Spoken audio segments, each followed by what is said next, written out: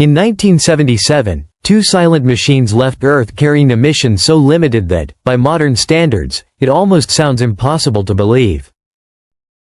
Their assignment was simple. Travel to Jupiter and Saturn, collect data for a few years, and then slowly disappear into silence.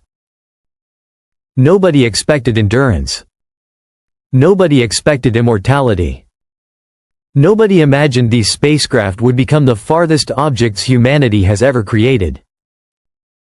Yet history opened a narrow door.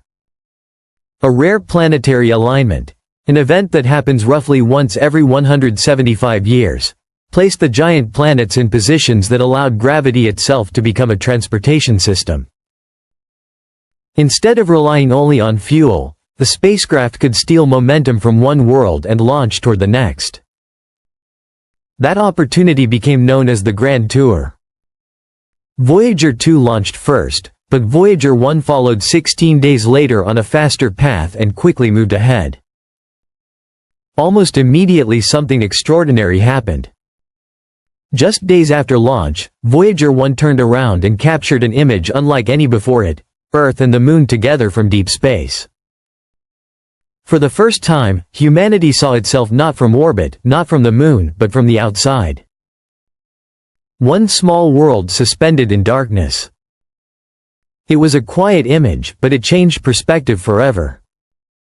Then Voyager accelerated outward toward Jupiter, carrying less computing power than a basic modern device and powered by technology already modest even for the 1970s. At that moment nobody realized the mission had already escaped its original purpose. It was no longer becoming a planetary survey. It was beginning a journey toward the edge of everything familiar.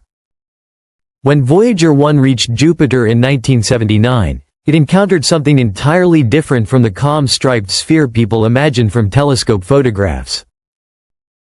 Jupiter revealed itself as a violent system overflowing with motion, energy, storms, radiation, and complexity. Voyager discovered faint rings surrounding the giant planet, rings nobody had previously confirmed. It identified previously unknown moons and transformed Jupiter from a distant object into a miniature planetary system of its own. Then came one of the mission's most important moments. Voyager looked at Io and discovered active volcanic eruptions, the first confirmed active volcanism ever observed beyond Earth. Entire landscapes were reshaping themselves in real time. A moon once assumed frozen and quiet turned out to be one of the most geologically violent places in the solar system. Then Voyager passed Europa. Its surface looked different. Smooth. Cracked. Young. Strange. Those frozen fractures hinted at something hidden beneath the ice. Scientists began considering a possibility that seemed almost unbelievable at the time, a global ocean beneath the surface. That idea would later become one of the strongest reasons scientists consider Europa a possible environment for life.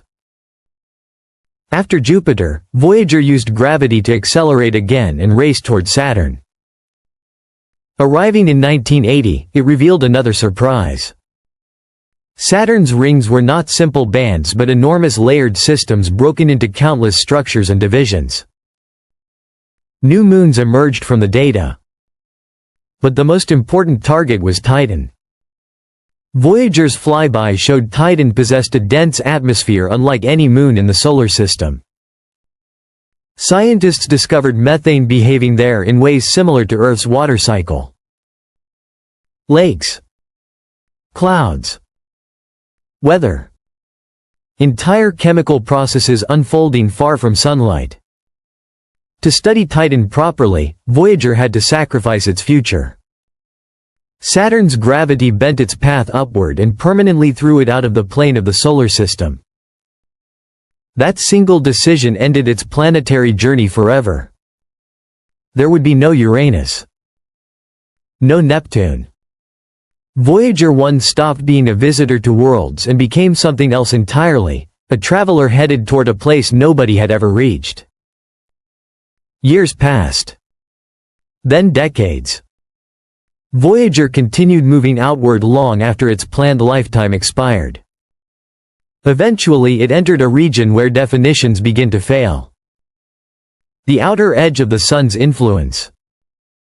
Scientists expected this transition to be gradual, a slow weakening of solar effects fading into interstellar space.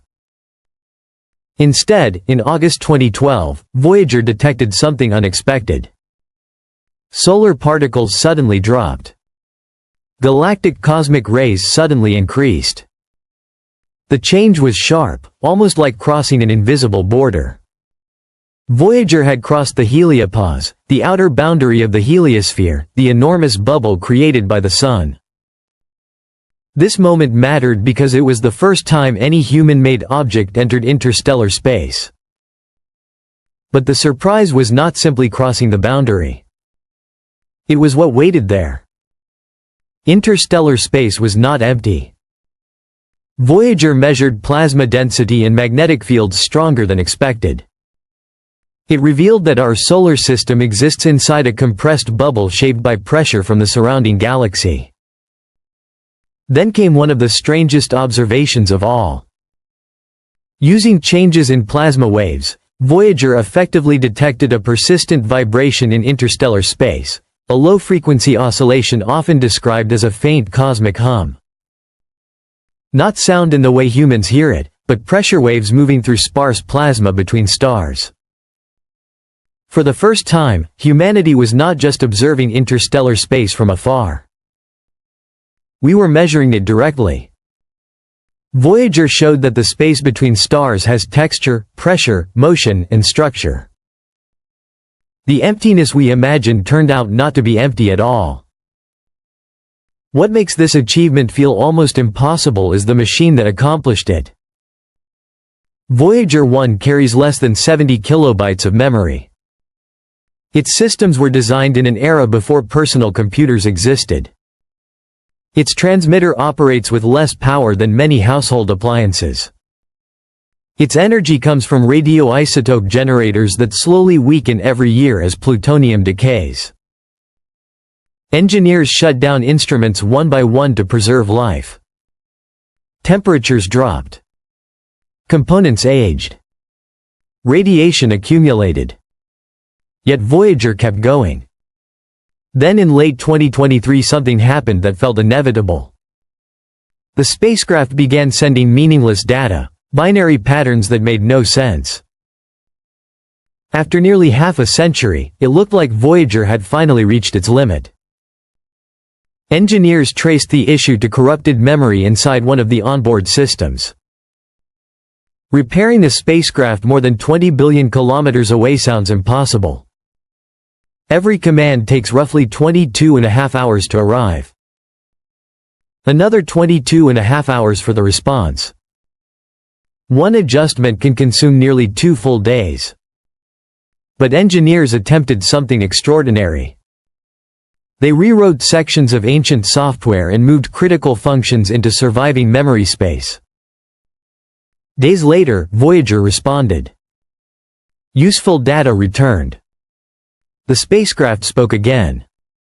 Not because its hardware became stronger, but because people on Earth refused to let the mission end quietly. That moment reminded everyone that Voyager is not simply surviving because of engineering. It survives because generation after generation keeps reaching across impossible distance and saying, "Keep going." Today Voyager 1 continues outward at more than 17 kilometers every second. It will never visit another star. It will not reach the inner edge of the distant Oort cloud for centuries and would require tens of thousands of years to pass completely through it. Long before then its power will fade and its instruments will shut down forever. But even after silence arrives, Voyager will continue moving. Attached to its side is the Golden Record, a small collection of sounds, images, greetings, music, and fragments of Earth. A message built not because anyone expected an answer, but because humanity wanted to leave evidence that we existed and wondered. Voyager did not discover aliens. It did not find a wall at the edge of the solar system. It found something stranger. It showed that boundaries exist even in emptiness. That space has structure. That our star lives inside a larger environment shaped by the galaxy itself. And perhaps its greatest discovery was philosophical rather than scientific. A machine built for 5 years crossed into interstellar space and kept speaking for nearly half a century. It reminded us that exploration does not always end where plans say it should. Sometimes curiosity survives longer than predictions. Sometimes the smallest machine travels farther than anyone imagined. And somewhere in the darkness between the stars, Voyager 1 is still moving, quietly carrying the memory of Earth long after the hands that built it are gone.